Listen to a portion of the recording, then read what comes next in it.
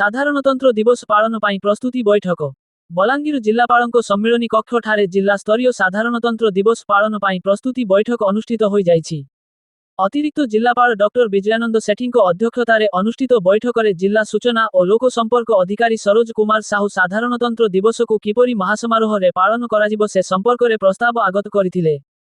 बैठक में अतिरिक्त आरक्षी अधीक्षक जीएन मल्लिक, बलांगीर उपजिलापाल आलोक पटेल, उपखंड आरक्षी प्रदीप साहू समेत विभिन्न विभागर अधिकारी माने उपस्थित थिले।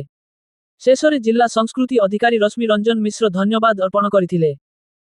76तम साधारणतंत्र दिवस 26 जनवरी 2025 रे अनुष्ठित हम से आम विभिन्न प्रकार ऑफिशियली जो मैंने अच्छा शांति श्रृंखला भाव में केमी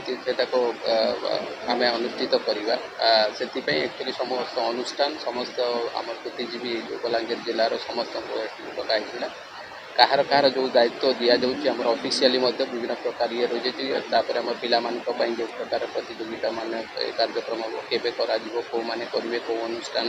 माध्यम करेंगे कौ मैंने विभिन्न प्रकार ये कर जो द्वारा कि आम शांति श्रृंखला भाव में